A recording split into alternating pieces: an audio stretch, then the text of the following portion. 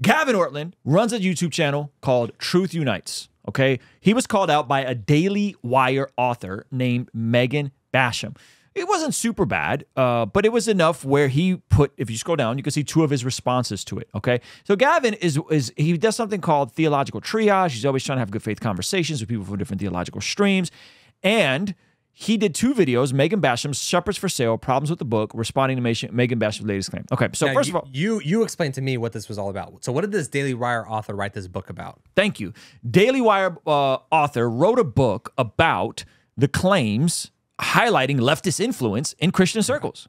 I got it. Okay? Which seems to be a real problem. Like there seems to be the George Soros types coming in with political agendas to make evangelical circles less conservative. Like that seems to be like a real thing. Like an agenda, like a conspiracy vibe.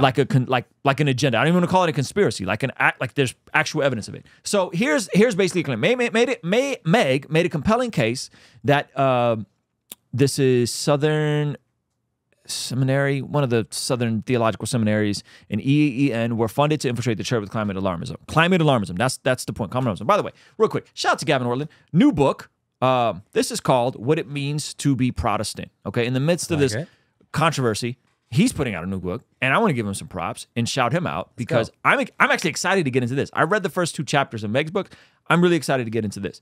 So I'll link you guys to a debate between Chris Date and another gentleman that they actually go over if this is accurately misrepresented or not. Gavin's videos. You guys go watch Gavin's initial video about this. You could read her book. I read the first 2 chapters of the book. I thought it was great. I thought there's some really good stuff in there. The issue is she said that he said some things that he didn't say based on... I'll just get into it later. Okay, I'll break it down. So I agree with most of her points, especially about how proposed climate policies often do more harm than good, which is true. Proposed climate policies do more harm than good.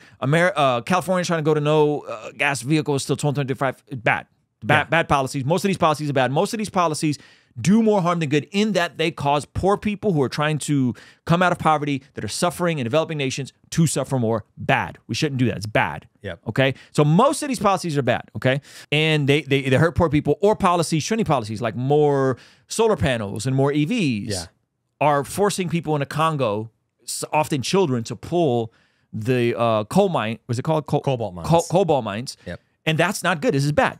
The stakes are incredibly high in this conversation, which is why it's unfortunate that Meg didn't fully align with the principles of sound understanding outlined by her own scientific sources, the Cornwall Group. So she references the Cornwall Group, who stated that good intentions must be linked to sound understanding of relevant principles, theories, and facts. So the Cornwall Group is who she's referencing as the better science or the more accurate science. The Cornwall Group believes and agrees on 2 of the premises that Gavin puts out in his original videos. The original videos, climate change is a big problem. I think about it all the time. I get into despair.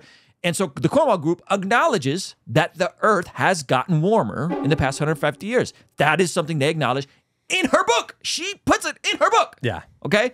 You go to my ex, you can see the thing. Something else they acknowledge is there's some degree that humans, through fossil fuel burning or whatever, have contributed to this. Yeah. That it's not just natural.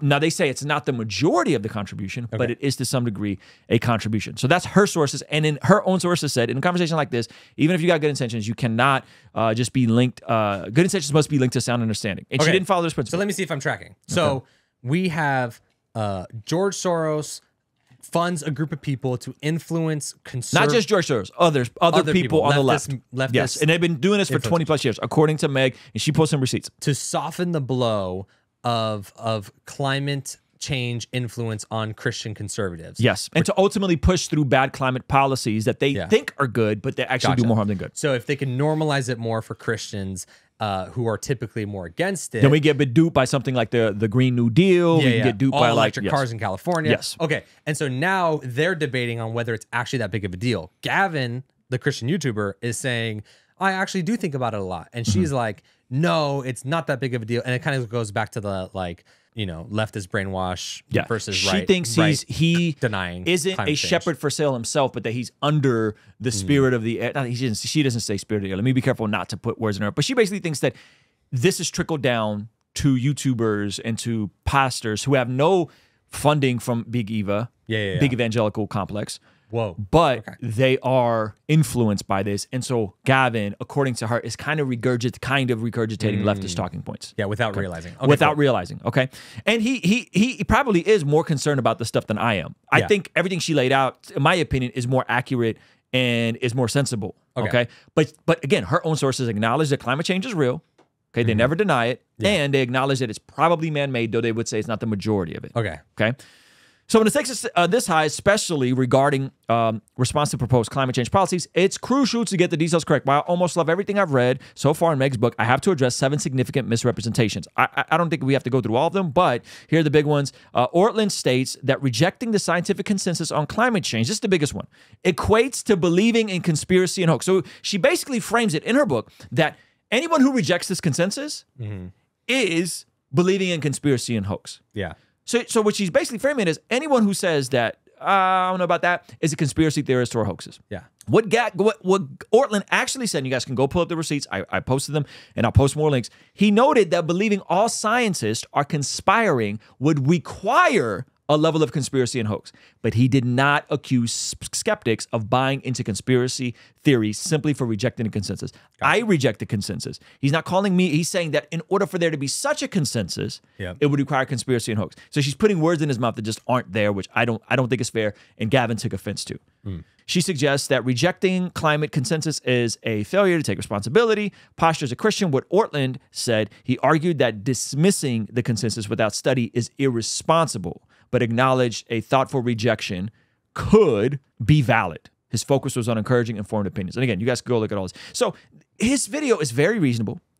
This is another big issue. Ortlund promotes climate change activism as Christian duty. Well, that is a big claim. What Ortlund said, Ortlund did not advocate for climate change activism. Instead, he urged Christians to engage in more discussions and study the topic without pushing for any specific activist stance. There's never a prescription for, hey, we need more this, we need more that. Yeah. He doesn't have any prescriptions because he admittedly says, I don't know. I don't know enough about the topic. But if we're stewards of the earth, if we're called to have dominion, we should care about the next generation after that. Okay. And so I would say a lot of the climate stuff is a bit over. A reach, maybe. It's a reach.